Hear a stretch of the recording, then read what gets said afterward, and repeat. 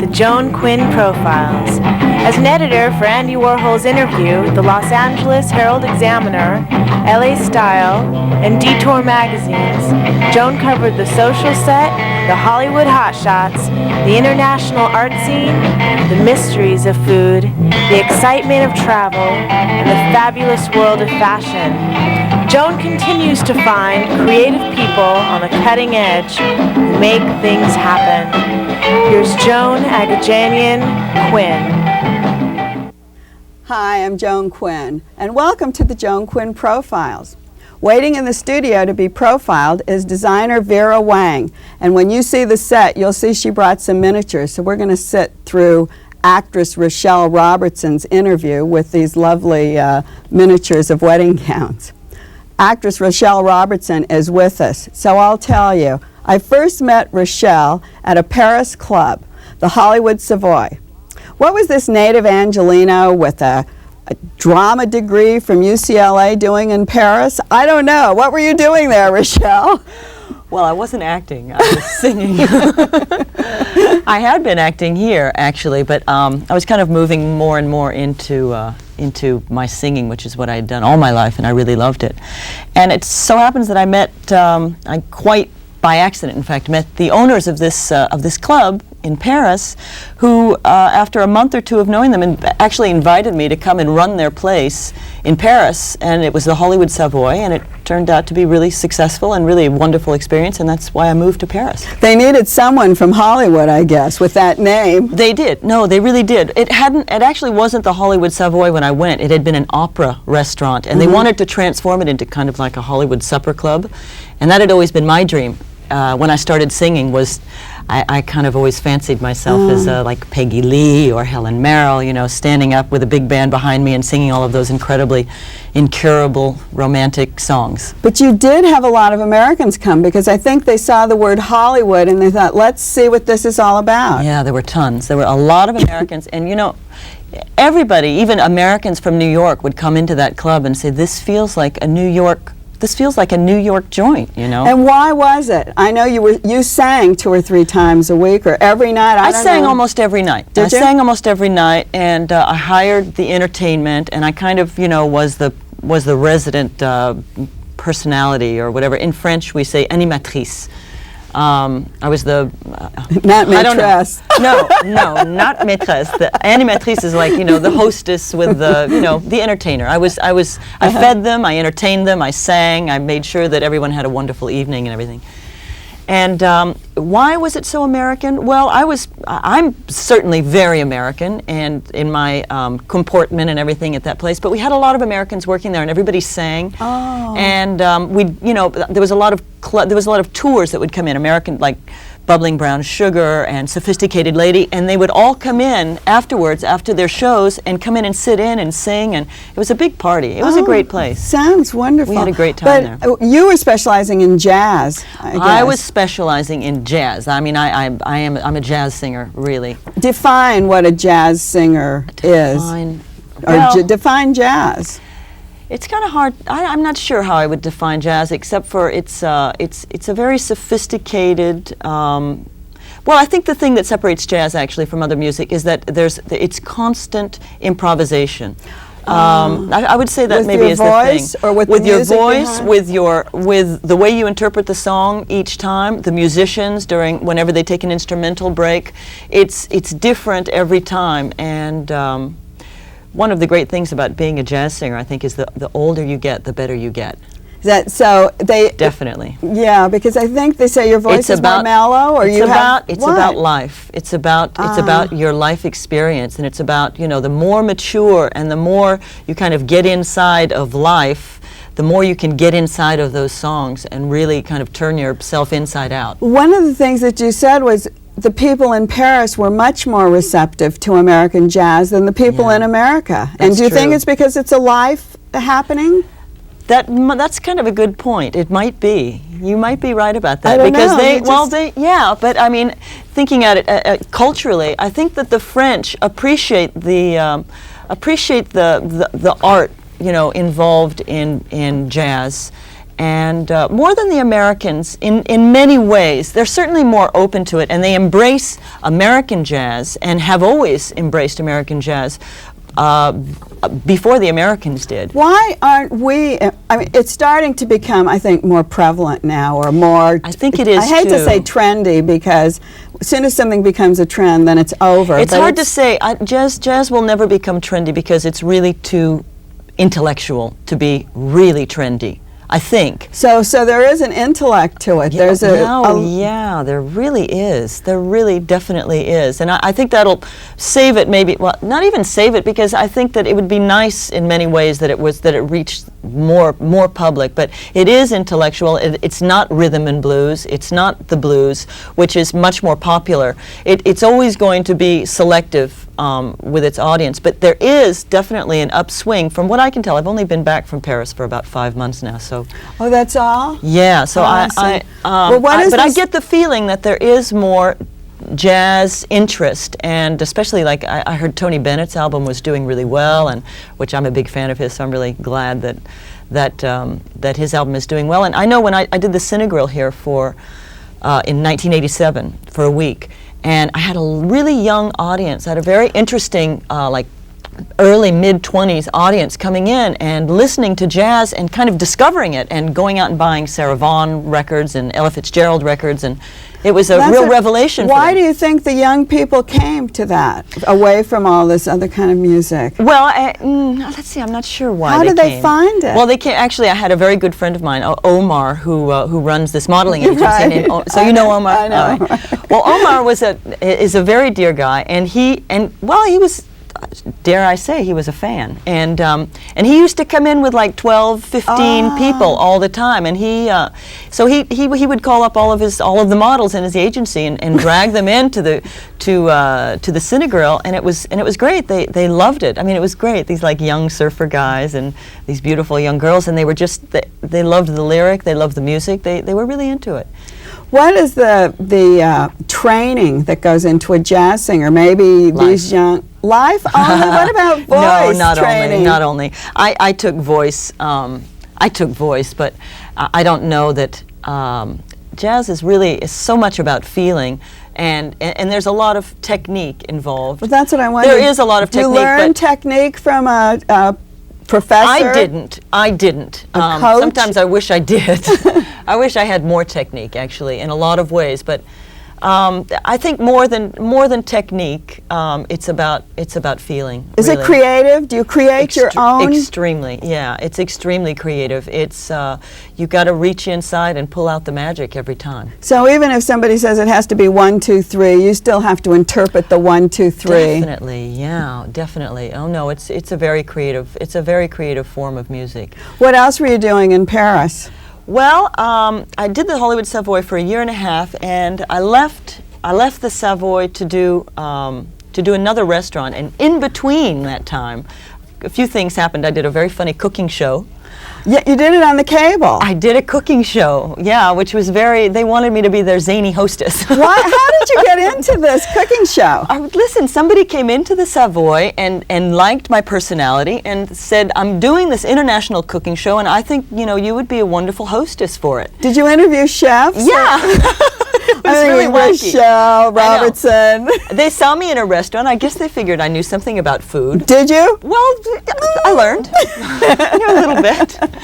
I knew a little bit. Unfortunately, we served pretty bad food at the Hollywood Savoy. Yeah, well, it wasn't known for its food. Fabulous. It was not known for its food, which was revolutionary in Paris because for the first time, a restaurant was extremely successful regardless of the quality of food that it served. That's true. We used to say, you can't eat there, but the scene is great. And people came back again and again. It had never happened before in Paris, so that was really unusual. But anyway, so the person who did this cooking show thought that I would be a good hostess and dragged me off to Morocco to interview a chef there that had done a book on Nouvelle Moroccan cuisine.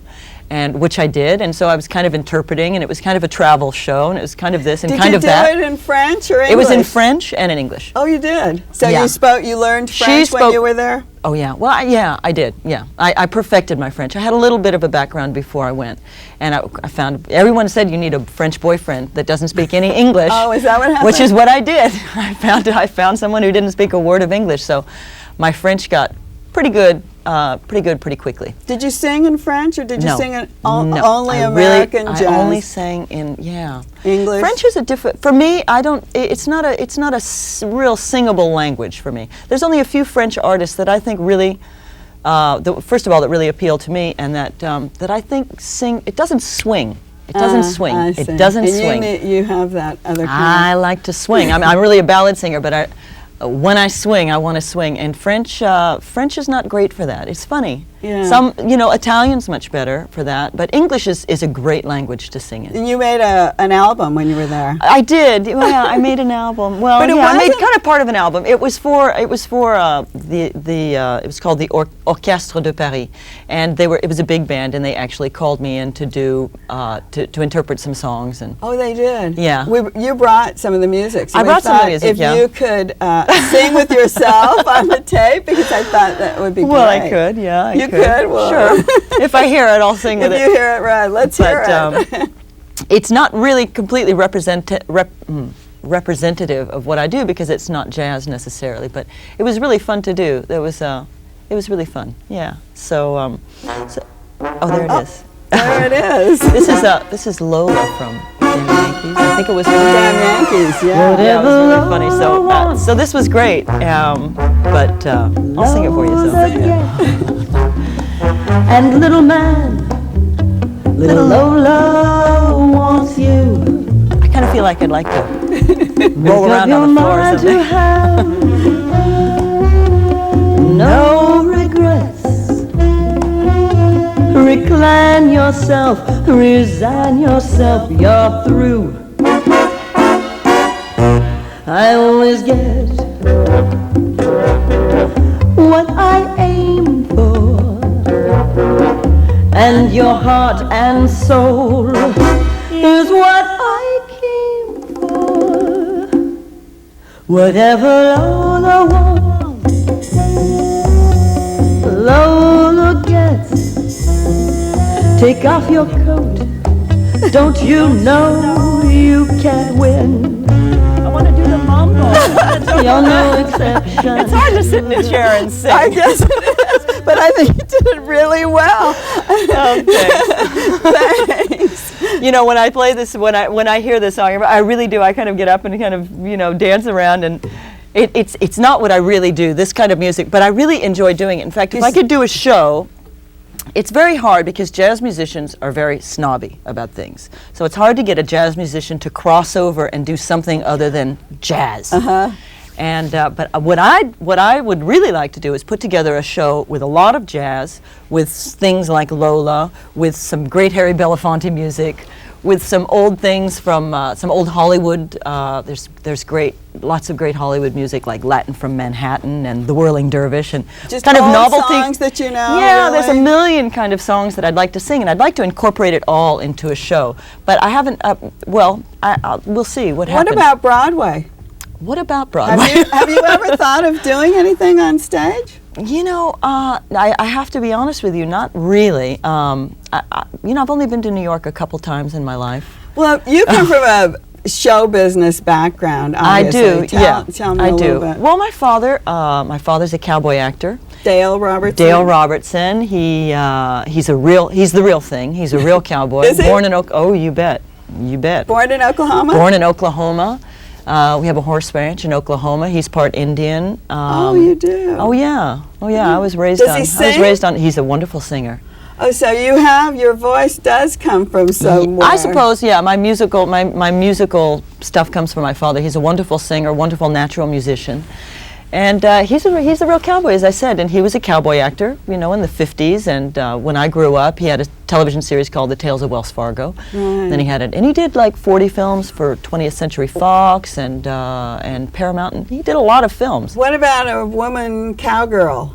What about a woman? Yeah. Would that be good? Yeah, I'd be good at that. Okay. Everyone who's watching, be sure we want Rochelle Robertson in the cowgirl. The singing, like, you know, let's see, like a who was that? Like a girl singing G nun. Nautry, like a girl G Nautry. Okay, we've got it. Be good at that. Don't forget, and don't go away, because we're going to be back with Vera Wang, and she's going to tell you all about weddings and what to do. So thanks, Rochelle. Yeah, and thank you, goodbye. Joan. We'll be back.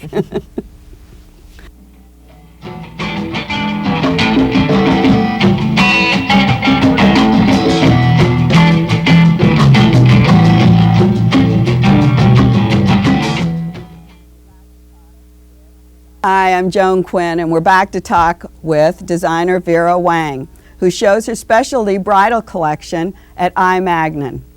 We're going to find out as much as we can about her, because all I know is she's on top of her third career. Vera was a senior editor for 16 years at Vogue and was the design director for Ralph Lauren. In 1990, she created Vera Wang Bridal House, Vera Wang Made to Order, and in 1992, Vera Wang Bridal Collection, and now she has Vera Wang Ready to Wear.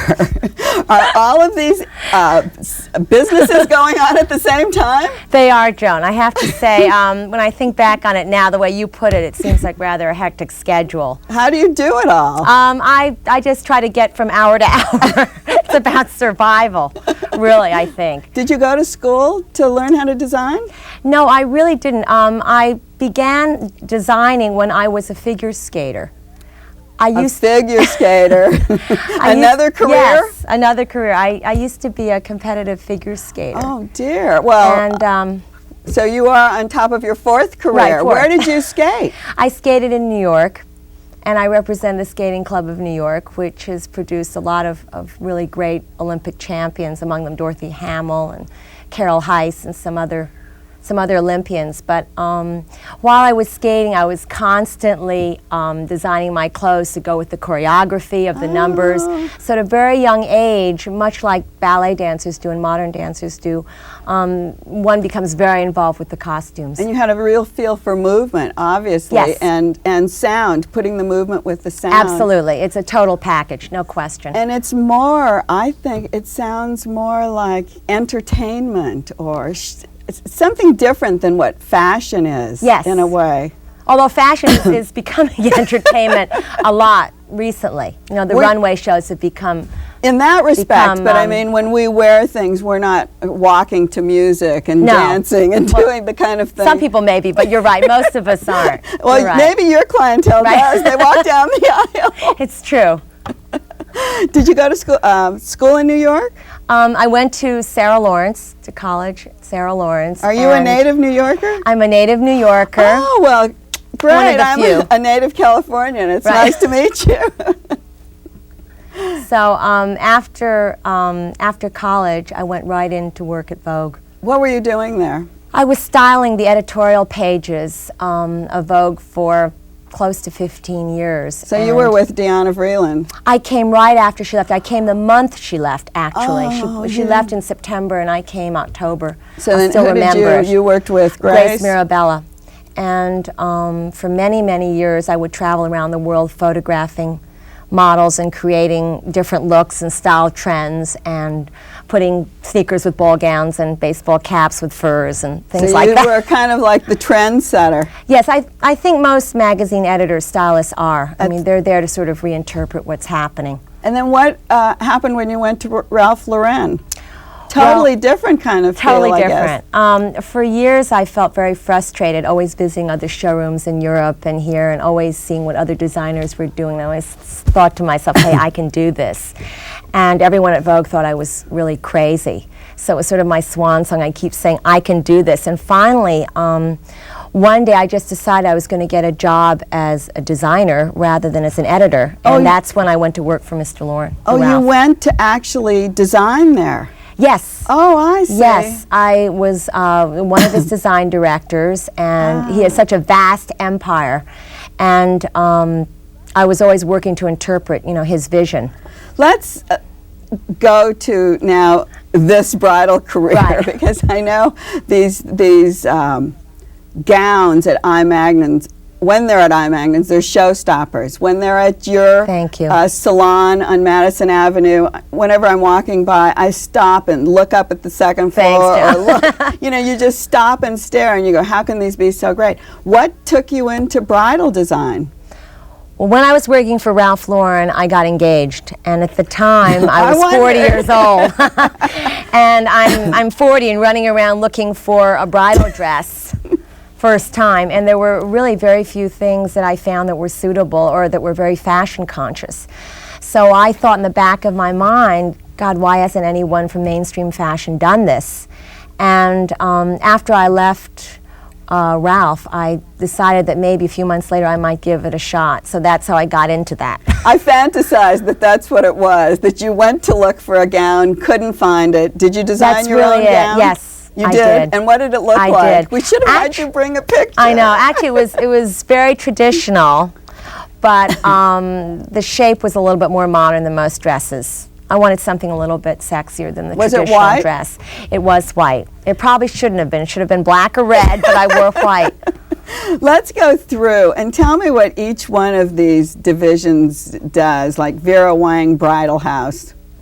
Well, that was my first venture, and it was really my retail store in New York, because if you can believe it, in New York, where there really is everything, there wasn't a real bridal store in all of New York. So that's why I opened it, and immediately we had developed a very, very stylish clientele. And then afterwards, I shouldn't say afterwards, almost at the same time, I really am a designer.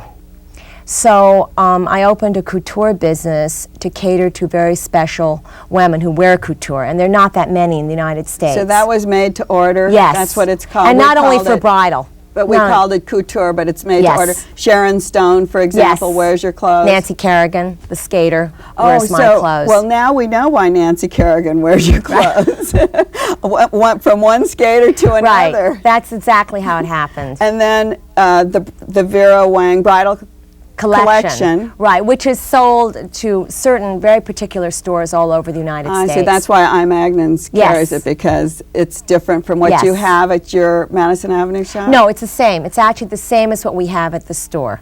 Okay. The exact same. Talk about this, because this is... well, this is actually belongs to Mariah Carey. First, I think I should say these are miniatures. Yes, they are miniatures. Explain a little bit about that. Well, in our New York store, we have some windows that are very small, and we could never figure out what to put in them. So we started making these tiny little doll figures and putting reproductions of our dresses on them. And they created such a stir that when Mariah saw these, she wanted one to be a duplicate of her own wedding dress. Oh, what a great idea. So these really aren't brides who want to preserve their dress and say, make me a miniature. Although in her case, you could almost say that. Let's see the back of it, because it's just wonderful. She actually, I'm losing her crown here, her tiara. Tell us a little bit about it, what it's made, the fabric. It's made in silk satin, just like her original dress was, in Lafitte Duchess satin, and the entire bodice was hand embroidered for her. She had these wonderful couture loops, but she also had a 27-foot train. Oh, you didn't bring that. No, I couldn't bring that. I couldn't even bring a duplicate of it. But, and she also wanted, she was very taken with Princess Diana's wedding. And it wasn't that she was trying to emulate, but she was definitely trying to echo a certain mood.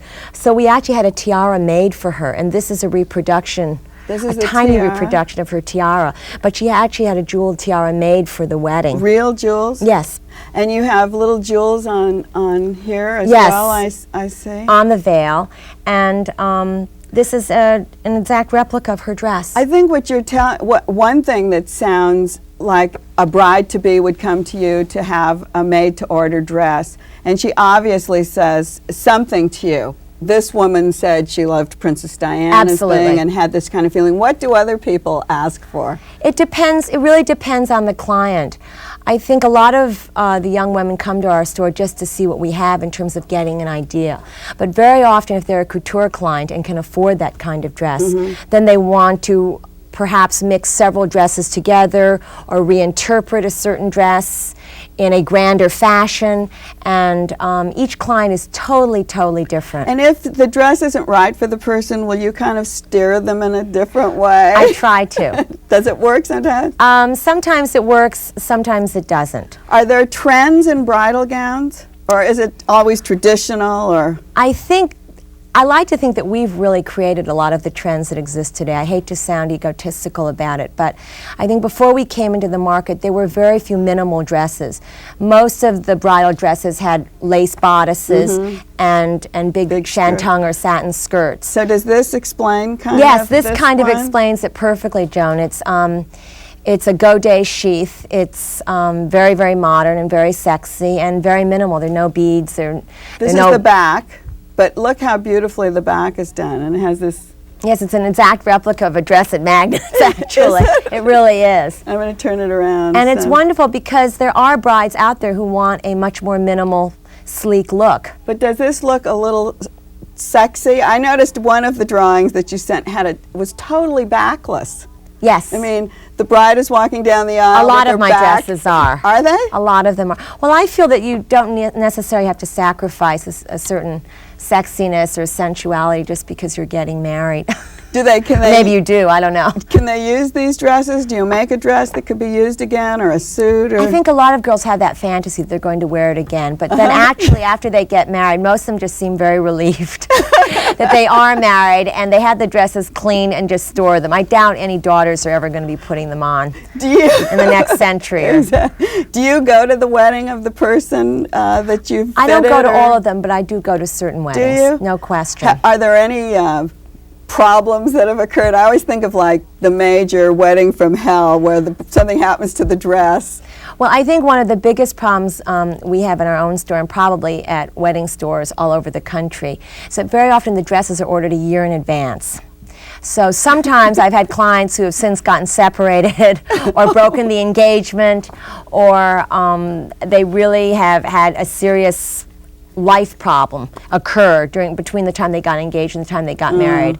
So those things do happen, and so you have to. There's nothing. more hysteria than you have happiness in those cases. But well, we're happy. We're Right. gonna leave. We're gonna leave right now. We're gonna Great. leave Vera Wang, and we're gonna leave happy. No Right, hysteria. right. Thanks Thank for you, Joan. being with us. Thanks very much. And thanks for being with us on the Joan Quinn Profiles. We'll see you next time.